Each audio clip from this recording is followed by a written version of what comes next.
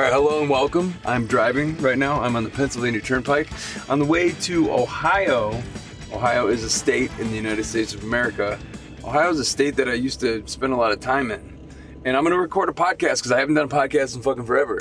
And I got these cool wireless mics and I'm charged up and I got a couple different camera angles going, and this is something I've never done before. It's a podcast on the road, a podcast while driving, a podcast to kill some time because I have over 6 hours of drive time left. I'm not going to do a 6-hour podcast. I'm probably going to talk for about an hour. Yeah, I'm currently on 2.5 milligrams of Adderall, and which means I'm probably going to be in the mood to talk. And I don't want to talk on the phone, so I'm going to talk to myself and talk to any of the humans that decide to click on this here video. And yeah, we're entering the turnpike, as you can see on the GoPro, the widescreen angle. And currently on tour with the band Green Jello, which is something that happened somewhat recently. I was invited to do as many shows as I want to with Green Jello. Bill, the singer, the band leader, the guy from Green Jello, my friend, he likes having me around. And so I'm able to do the sumpp thing. And I'm gonna talk a little bit about the sumpp thing. I'm gonna talk about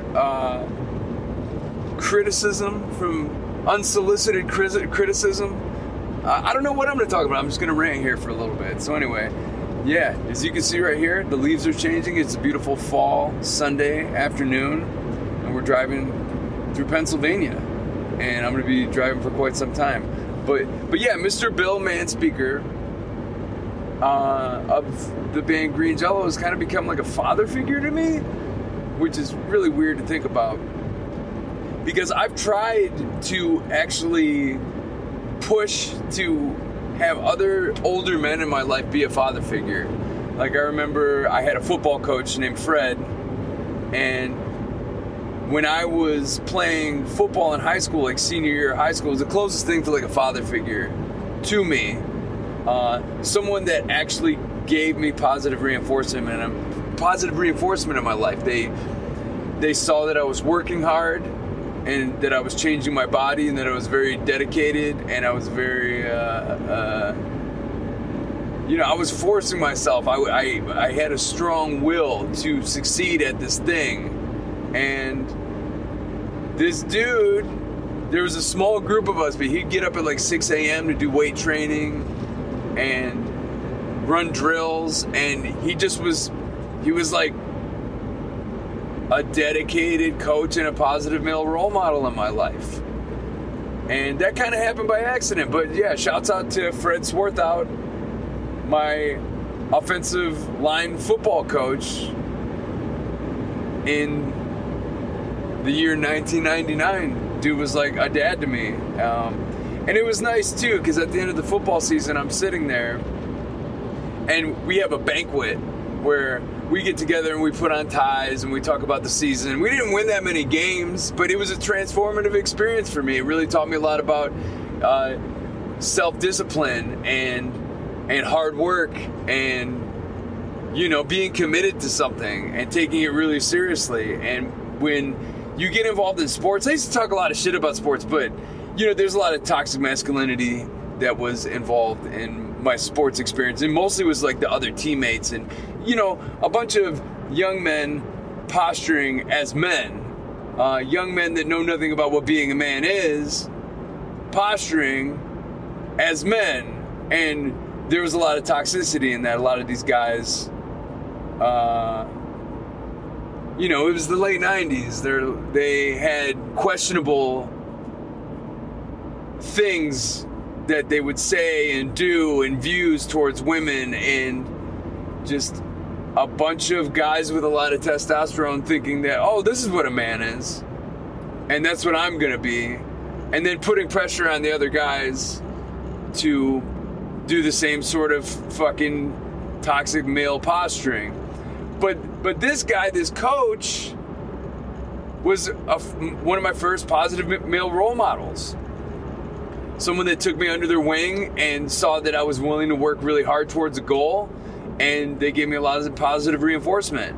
And at the banquet, I had my hair dyed blonde. He called me Billy Idol, and he gave this nice little speech about how if he could, he wish he could have like 1,000 of me, like someone that was just that dedicated to getting better and improving and putting the work in. Now, this was before I became like a full-blown alcoholic. That all happened in my 20s. But yeah, when I was a senior in high school and I was 18 years old, I took playing sports really, really seriously. And I went from being like a third stringer on the varsity football squad junior year to getting the starting position senior year, just like based on the fact that I was able to will my body into changing and like exercise and push myself and get better at the sport to the point where I was considered an asset. And granted, we weren't a team that did that well, but I went from being a fucking soft non-asset to being a literal asset for this squad. And I was given some praise for that, and that felt good, you know, and that's what was missing from growing up. And I feel like a lot of kids growing up, the more people that I talk to don't get that from their parents, like whether it's a shitty mom or a shitty dad. Just look at this countryside right here. This is what touring is. You drive around and you get to see the most beautiful fucking shit. Like this is unreal. Try to adjust this camera. I don't know how well the GoPro is going to pick up how beautiful this shit is, but driving through Pennsylvania in October, like if it were a couple weeks later and I was doing this drive, it would be even more insane. Because I don't know if you can notice, but all these hills, it's just all trees. And all of these leaves are going to turn orange, and the most vibrant orange and yellow. And that's another cool part about not being out on the West Coast is you get to drive around in this beauty. So yeah, I'm stoked. I have a new positive male role model in my life, and his name is Bill Manspeaker from Green Jello.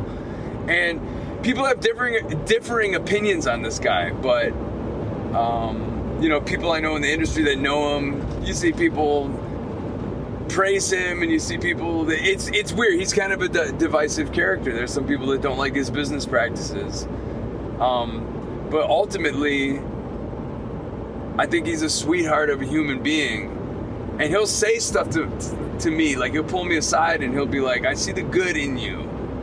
He's like, I see how much you care about your mom and how much you care about your fiance and your cats, and I really appreciate what you do and your ability to tell stories, and you get up on stage and the way you engage the audience and you make people laugh. That it feels good to be noticed and to be seen. And I've had people sign my band before, and I've had people sign me to management contracts, and they didn't talk to me like that. They didn't talk to me about how much they appreciated my abilities and what I do. They pretty much told me what not to do. Can't do this anymore. Don't swallow the microphone. Don't talk about this subject matter. And the funniest part is these were people that were somewhat out of touch and didn't really get humor telling me how I should be as an artist. And I'm going to touch a little bit on that later. But yeah, so my first positive male role model was Fred Swarthout, the offensive line coach of my high school football team. And I'm trying to think if I've had like a really positive male role model since then. Let me think. I've definitely had males, older males that I respected in my life take me under their wing in a way. But it's wild. No one has really given me from age 18 until now I'm 42 years old. What feels like unconditional love from a man. And I'm not talking about like unconditional love from like a man, like hot, sweaty love. Physical, intimate, passionate love. That's what I have with my fiance. But I'm talking about someone who you look up to and someone that you respect actually seeing you and noticing you, and giving you the positive reinforcement that you didn't get when you were growing up from your dad. And I think that leaves a giant hole in people's lives when a parent who's supposed to be there and nurture and foster a child's upbringing notices you and sees your gifts and talents and tells you to continue. My therapist does that for me. My therapist is someone that's really trying to cultivate me being my own father and me being my own cheerleader and my own positive role model. That the way she paints it is I'm the adult version of myself telling the child version of myself all the things that I wish my father told me growing up. It's there's a word for it. It's a type of therapy where you're trying to essentially heal the child version of yourself through meditative sessions where you talk to your inner child as if you're the parent, and that's supposed to help heal. And I'm still on this healing journey, man. What's crazy, and I haven't done a podcast in so long, but I'm going to touch on this, but I actually ended up playing a show with Green Jello, because I've just been on tour with Green Jello like all year. Not the whole year, I've been working a lot, I've been busting my ass, but I ended up at a show in the city that my father fucking passed away in. His retirement plan was his mother dying. Imagine referring to your mother's demise as your retirement plan. Yeah, that was my dad. So he took all that money and he bought a Ford Mustang, and he started driving around the country playing golf at every single like PGA golf course he could, and he just was like on a road trip by himself. It was just ironic considering, look at me, I'm on a road trip by myself. But my road trip consists of driving around and saying dumb shit into a microphone because it makes me feel happy. So he went on his road trip and he played all the golf, and he ended up buying a house in Crossville, Tennessee. Right? Crossville, Tennessee. Why would anyone want to move to a town where you know nobody, where you have no family? And the answer is he was able to live on a golf course. So he chose, with his retirement, which wasn't him retirement from a job, it was his mother dying. He chose to take that money and retire on a golf course in Crossville, Tennessee. And that's where he died. He died in the city of Crossville, Tennessee. Cancer took over.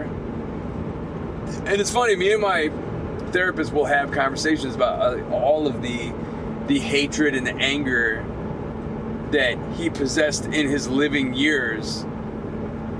This is my question. Can you be a rotten human being and that can that metastasize as cancer in the body?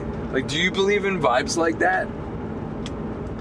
Can you be filled with so much grossness that it manifests itself as actual cancer in your body? That's a question I don't know the answer to. I'm just a guy. But it makes you think. You know? If you live a life where you just are so negative, like, can it kill you? That's a question that I brought up to my therapist. I'm like, did he die so young from cancer because he was filled with that much rottenness? All right, we're about to go into a tunnel right here, and if you see these trees, the way it all works, it's this is a beautiful drive. I'm really, dare I say, the word blessed to be able to travel and play music and see this type of shit by myself, not being tied to the format of being in a band. And I'll get into that a little bit later. So yeah, I end up being on tour in Crossville, Tennessee. And I didn't even realize that I was going to the city my father died in, and until I was on the highway. I was probably like an hour and a half outside of Crossville, Tennessee, when it hit me. I'm going to play a gig in Crossville, Tennessee. That's the city my father died in, right? but I didn't know for sure. So I had to pull over on the side of the highway, and I had to actually look up Neil Patterson, that's my dad's name, same name as me, obituary, Crossville, Tennessee. And so I'm at the park and ride looking at these mountains in Tennessee, and I pull up his obituary, and it said, lo and behold, it says Crossville, Tennessee. It's like, okay, so I'm going to play a gig just randomly with Green Jello. I wasn't even supposed to do this gig. I just hopped on it randomly. Bill said, are you going to do the Tennessee dates with us? I'm like, nah, I can't. I got to work. But then I looked at my finances, and I'm like, okay, I can afford to go play with Green Jello in Tennessee. So I did. I drove down to Nashville. Next thing I know, this is amazing. Look at this. Just vast, sprawling hills of trees as far as the eye can see. The Pennsylvania Turnpike. Yeah, so I wasn't even supposed to do the gig, and next thing I know, I'm going back to Crossville, Tennessee, where my father passed away, where my brother and I rented a U-Haul, and we went to his empty-ass house. He took all this money so he could run away from everyone and live on a golf course in an empty-ass house where there was no personal affects, there was no photos of him and his family, there was no photos of himself, there was no mementos. It was just big screen TVs and boxes, which was a testament to how shallow and vapid of a human being he was. And it's really sad. He had things, but he didn't care about people. He just wanted to golf. And he didn't care about living in a city where he had a community and friends. He just wanted to golf. And he died in that city where he moved to be alone and golf. Look at this. This is fucking amazing. Wow. So I pull up the obituary. I realize that I'm going to the city my father died in, and then like over the mountains, looming, are some of the most intense storm clouds I've seen in a while. So and I don't know if I believe in fate. I don't know what my religious beliefs are. I'm pretty agnostic, but my therapist said that it was a sign. And a sign of what? I have no idea. But as soon as I read that obituary at the park and ride, I got back on the highway, and it was like the most intense rainstorm. And it's like as soon as it clicked in my head that I was going to the city that my father died in, I was just pummeled with rain. And I'm like, wow, this is really intense. I cried a little bit. It was really emotional because I'm still processing this shit of not having a positive male role model my entire life, and having the person that was supposed to be my protector and the person that was supposed to build me up, teach me how to be a man, teach me all the things that you wish a father would, which is to bully, you know? And so I get down to Crossville, Tennessee, and I'm supposed to play this Green Jello show, and it's like in between the rain, they're setting up a stage outside. And my question is, why would you set up a stage outside when an hour ago it was fucking a downpour? You know? That makes literally no sense. But lo and behold, the local band played, and then it was time for me to do my thing, because Bill puts me on right before Green Jello in between the local bands, it's an amazing slot because everyone's stoked for Green Jello, and then Bill is like, hey, check out this guy. I like this guy. And it's beautiful. It really is a blessing to have a childhood hero of mine, Bill Manspeaker, someone who's become kind of a surrogate father to me, someone that just texts me to tell me how I'm so proud of you, son. I never got that from my actual dad. So we're setting up. And usually this would be around the time where Bill from Green Jello introduces me. And all of a sudden, boom, the rain's back. And all of my gear, my pedal board, my guitar, everything just gets doused in water. And then I have to make a mad dash to grab all my shit and put it under some sort of covering, which I did. And then I didn't even play music that night. I ended up just like running from the rain and putting all my shit in the van, and Green Jello went into the bar and did their set. It was getting late. They just had to go on and I couldn't perform. I go into my van and it was a really emotional day and I just passed out, and I woke up and I'm in the parking lot of the bar and everyone is gone. And I'm just by myself in Crossville, Tennessee, the town where my father died, having my idea was I was going to have the set of a lifetime, and I was going to prove to my deceased father that I was good by putting on a great show in the city that he passed away in. Well, you know what? The show didn't even happen. I got rained on, and then I went in the van and I passed out, and I woke up and everybody was gone. But it's wild because there was times when I was driving around the country and playing music where if I had a bad gig, it would ruin like my week. It would ruin days if I had a bad gig. And I think it's a testament to my personal growth that I looked at all the events that occurred in Crossville, Tennessee, and the fact that I randomly was supposed to play a gig there, and the fact that I took away from it, it was an opportunity for me to further heal from my father's passing. It didn't even matter to me that I didn't get that validation of putting on a good show and having people tell me I'm good. The show didn't even happen. I got rained on. And I woke up that morning and I was just like, you know, this was just how it went down and how maybe it was meant to be. I was supposed to come down here and I was supposed to have a life experience, not a music experience. And that's what I'm starting to really differentiate as I get a little bit older and a little bit wiser, that the music thing isn't the most important thing. If I am not able to perform, or if people don't buy enough merchandise, or if I don't make enough money, or if people fucking hate me when I'm on stage, if people throw shit at me, if people like, none of that shit actually matters, because I don't need that validation anymore from the public in order for me to look at myself and be like, I'm good. I'm a good person. I care about the people around me. And I've been doing good this whole time. You know? You don't need wild success in life for you to look in the mirror and be like, hey, you're doing your absolute best and you're trying really hard. And I think that's a thing when you were raised in an environment where you're taught to feel less than for your whole childhood.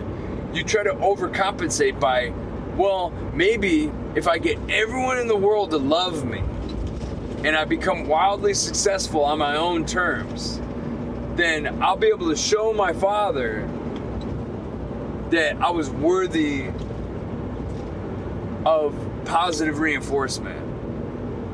But you know what? That motherfucker died. And I didn't reach the accolades and the success that I thought would have brought me that feeling of, oh, I'm good enough finally. It took for him to die and for me to start a healing therapy journey for years to finally be able to not let just the music thing be the pat on the back that I need. Like Bill Manspeaker from Green Jello tells me the nicest things I've ever heard from someone I would consider like a surrogate father figure. But the crazy part about now is that I don't need it. I don't need for this man to tell me I'm good, because I'm literally telling myself that I'm good. And it's a good feeling. Yeah, so I played that gig in Crossville, Tennessee, the city where my father died, and I just got fucking rained on. And my therapist said that it was a sign. And she wasn't super specific. She's kind of like, she's into some weird shit, my therapist. She's a clinical therapist, like she has a degree and she's been doing it and she has accolades for years and years. But she believes in the universe and the stars, and she believes that there's no such thing as a coincidence. I don't know if I necessarily, but sometimes when she goes off on that wild shit, I'm just like, I don't know if everything's connected in the universe. But there are times where it's really hard to convince yourself that things aren't connected in the universe. But yeah, so shouts out to them. Shouts out to Bill Manspeaker, my new dad, sending me texts telling me how proud he is of me, telling me he says shit like, I love you, son. You are the kid, you are the son that a father could wish to have. He says shit like that to me. And yeah, flash forward to now. That's why I'm driving around with green Jello. Because I listened to these guys growing up. They're a bunch of freaks and weirdos. The weird type of music that I make, it resonates with their audience. And I feel accepted by the group and the people involved. It's kind of a beautiful thing. I work all summer. I bust my ass mowing lawns, doing a bunch of like catering bullshit, writing jingles for people. And now it's October and I'm spending pretty much the whole month driving around, opening up for green Jello. It's nice.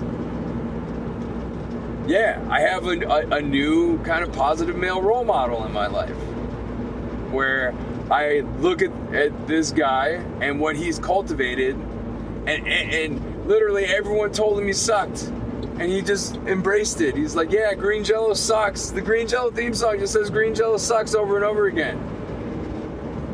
And speaking of sucking, sumpp sucks. I got a DM from a kid I went to high school with. He's not a kid anymore. He's a 40-year-old man. This guy, he, in an unsolicited manner, hit me up to tell me that he's been talking to people, and they all agree that sumpp is not good. And I'm just thinking to myself, okay, and he's like, you should start another band. You should start another band, and you're a great guitar player, but you need someone else to start writing the lyrics for you. And I'm thinking to myself, fuck you, buddy. Because I just put out a 22-song album. I think everyone should check it out. But essentially what it is I just compiled all of my silly stream clips where I'm making up songs on the spot. I'm making up lyrics on the spot. They're, the music is extremely sophomoric, and I'm just making myself laugh. So I put out a 22-song record of minute-long songs that I just came up with on the spot with stupid lyrics about fart boxing, about getting a vasectomy, about my dad slept on the couch, about I had sex with a werewolf. Some guy that thinks, some 40-year-old man that thinks ska is high art is messaging me unprovoked, unsolicited, to tell me that I need to step up my lyric game or get someone else to write the lyrics for me based on a 22-song album of me literally fucking around and making myself laugh. Newsflash, that sumpp album is just me fucking around and making myself laugh. It's not high art. The lyrics are fucking stupid. That's kind of the whole point. I'm just having fun. So yeah, you can think that the art that I make sucks, but the day I have someone else start telling my story for me and I'm just like a side character and I'm just like a guitar player while someone else writes the lyrics, is the day I fucking die. Because this is my story, man. I might not be the best lyricist, and I might have just put out a 22-song record of fart songs, but, man, when I listen to it, I'm like, this is fun. I spent 21 years becoming a success in the music industry way too seriously. And I caused myself a lot of mental anguish because, like I said, back to my father thing, when you have that hole that's missing in you, the validation that you need in order to feel good it comes from outside sources. And the validation I needed in order to feel like I was doing well was this goal of success in the music industry. So I go through 21 years of hell of booking agents, putting me on the back burner, of managers, making me ride the bench, essentially, of promises that are unfulfilled, of just, record label execs writing me a laundry list of things that I'm not allowed to do on stage. And all of that is gone now. I'm not tied to any sort of corporate entity trying to make money off of my art anymore. It's just me. I'm not tied to band members. I don't have to take care of anyone but me. And it's the most free I've felt. And on stage, I'm just fucking getting goofy and telling jokes and making people laugh and coming up with stupid, silly songs. And it feels great. It feels great to be me right now because I'm telling my story. I'm working through this trauma. I'm being very transparent, and everyone in the audience is having a fucking blast. Why would, if for the first time in 21 years I'm not shackled to a band, would I start another band that I just play guitar in, and someone else writes the lyrics so I can try to be successful? You think I'm gonna open those doors, dude?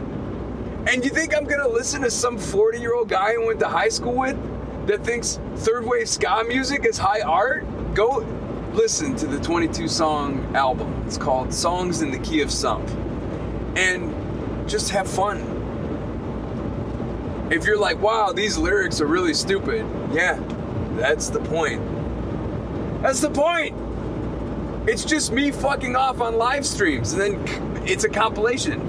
Just putting it together as a compilation album and putting it out there because these songs are just floating around on live streams. Why not just put it out as an album? I listen to it, I enjoy it.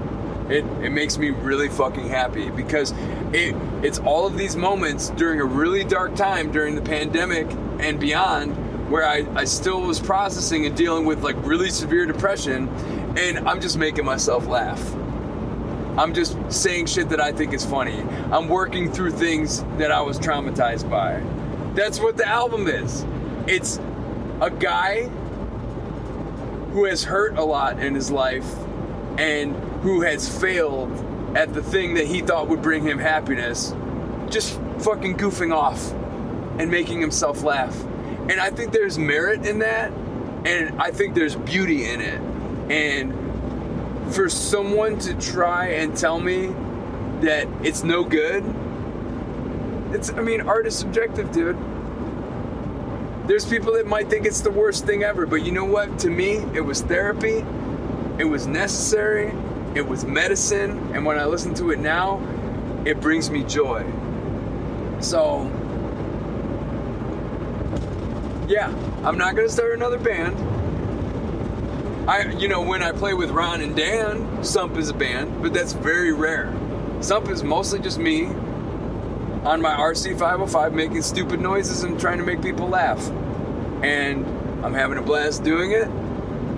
And that being said, my voice hurts and I kind of don't want to talk anymore. So, to sum it up, be your own positive reinforcement. Try to find a way to see beauty in the things that you do and tell yourself, if you're doing everything that you can do to be a good person, and if you're working hard and you're providing for the ones you love, and you know that the things you're doing have value to you, that's all you need. That's all you need. So be your own dad. And if you can find a positive role model that's an adult, just accept it graciously and be grateful that there's someone in the world that thinks you're okay. But you can't depend on that. You have to be that force for yourself. So keep on telling yourself good things because you are good. No matter how many people try to tell you otherwise. Tell you your fucking music stinks. They tell you that you're not doing good enough. They tell you that you're lacking. Fuck those people. Get those people out of your life. if you're enjoying yourself and you're bringing yourself joy through your creations, and you're making other people happy while doing it, that's a fucking win. And that's what I'm doing. I'm literally living that right now. Last night, I was in fucking Delaware, and I made people laugh and dance, and they had a fucking blast. And I do this on the regular, playing stupid songs that make me happy. Is it Led Zeppelin? Is it high art? Is it as high art as third wave ska? Maybe not. Maybe one day I'll reach the apex of fucking cultural weight that is third wave ska lyricism. But as for now, I'm in a good mood just knowing that what I do is what I want to be doing, and I'm having a fucking blast. So yeah, that's the goal. Build yourself up, validate yourself, and maybe one day you'll reach the pinnacle of third wave ska lyricism. And at that point, you will become successful. And also hire someone else to write those fucking poetic third wave ska lyrics. Because that's what's really going to hit the home run in your life. Play guitar, shut the fuck up, third wave ska lyrics. And you're gonna make it, kid. Trust me. I've never played a show in my life. Sign up for the $5 tier on Patreon. $5 and up, you get to see everything we do as we're doing it. Be a part of this community and help this shit get made. So that's my spiel. Sign up for the Patreon and see you in the next video.